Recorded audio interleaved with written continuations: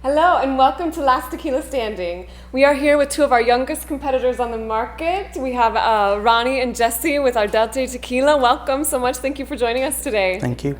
Yes. So your tequila has only been out for a couple of weeks and already it's getting great reviews. Can you tell us a little bit about the where it's offered right now? It's out in the Santa Monica, the Bay Area. Yes, it's right now, like you said, it's just recently come out. So right now we're distributing it locally in the Bay Area. We're looking to start expanding into Southern California, and so far we're just distributing in California, but Central California and the Bay Area is where our most customers are at right now. 3 months out on the market, and you can find us anywhere from Carmel up to San Juan Bautista's, where we're concentrating right now, and hopefully want to expand into the bigger markets, San Diego, LA, and San Francisco. That's exciting. So how did you both get started in the tequila industry? Well, our family's been in the agriculture business for 3 generations, and a lot of our colleagues seem to be transitioning into wineries and different sorts of ag, and we wanted to get into something that actually showed our Mexican heritage. So tequila was a natural fit for us. Of course. And so tequila, we got into it. We went to Arandas, Jalisco, where we grow our agave, and began there. And now we've got Tequila Alderete. And some stories of the family, we like to say it goes even further back than that, is that tequila has always been part of our tradition, our culture. It's been since our first birthday, our baptisms, quinceañeras, you name it. Tequila has been always part of every tradition that we celebrated. So yeah. Can you talk a little bit about the agriculture? I was reading a little bit about how yours is unique because of the slope that it's on and how it's grown, and our tequila is grown in the highlands of Tequila, which is 6,700 feet above sea level.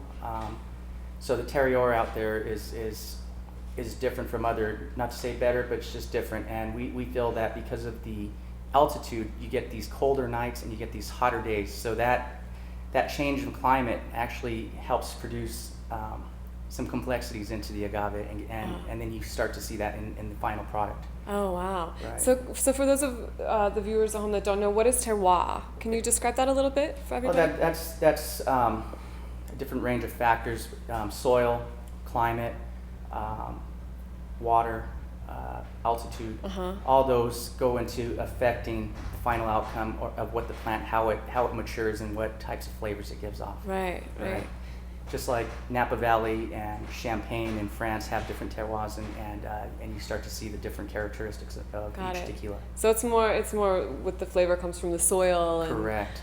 Great. Well, what are some of can you just talk to us about your tequila and the different flavor profiles of your Blanco and your Reposado. They all look really delicious. Yes, our Blanco has you notice right off the bat that it has some citrusy flavors, a lot of herbal flavors, but you get that roasted agave taste as well. We double distill ours. We don't distill it more than that because we want you to taste the agave. So we feel that once you start distilling too much, you start to lose some of that flavor, and we really wanted to. It's tequila, and it comes from agave, so we wanted you to taste the agave. So we want that smoothness, but still feel the bite. Yeah. And then our Reposado, you start to see the color because we age ours for 6 months in American oak barrels. And this is the Reposado right here? Correct, that's our Reposado. Okay. Beautiful color. And our Añejo is aged for 27 months in American oak barrels as well, and you start to see that dark amber color that you get there. And the flavors are just these smoky, oaky, caramel, vanilla flavors that you start to get, and it's just really, really good. All of these have been awarded this year. It's our first year out. And the Blanco won a double gold medal in the World Spirits Competition, the one in the middle. Also the Reposado, and our Añejo got a bronze. And then we also just recently entered it into the BTI, or the Beverage Tasting Institute, and kind of went reverse. Our Añejo received a platinum medal, which scored a 96. Our Reposado scored a 92 and got a gold medal, and our Blanco a 87 and a silver medal. So they should be wearing gold medals right here. Right, exactly. Next time we'll bring those. Right. That's great. I did read a little bit about how you have this thing called the Mozart method. Whenever in your factory, whenever you're distilling, I've never heard of that before, and it was really interesting to me. Can you describe that a little bit? Sure. So during the process, after we cook the agave, we crush the agave, and we get the juice. The mosto goes into these stainless steel tanks that we have, and that's where we begin to ferment. So we add our yeast, and we have a secret yeast that we like to use. Secret. Once that yeast goes in there, we like to add it, and we play Mozart or any classical music out there, and we like to use Mozart. That's any reason? Like, are you particular to Mozart, or? We just like Mozart. But what the classical music does is the yeasts are actual living organisms, and what that does is it gives us a nice rhythm, and it really relaxes them, and we tend to see just a better resulting tequila when you do it, and when rather than not doing it. Okay, so it calms them down, kind of like hyper kids. You want Correct. to ease them into the process. Right. Exactly. Great. Well, so what's on the horizon for for Alderete Tequila? Where are we going to see you next? Do you have any exciting competitions coming up that you're going to be involved in? Well, like we said, we're excited. It's only 3 months on the market.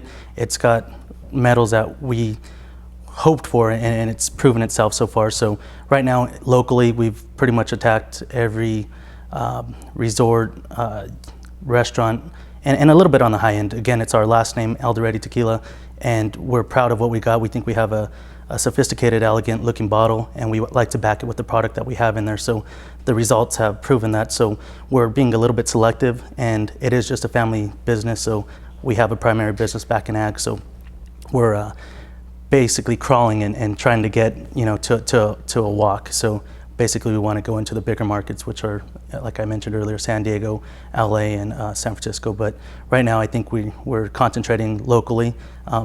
Buy local, we've learned that from produce, produce business. Yeah. The fresh, you got to buy local and you got to buy fresh. So basically, Exactly. we're starting at home and expanding from there. Great. So where can people find your tequila if they want to go out and get your tequila? What stores? What restaurants are serving your drinks?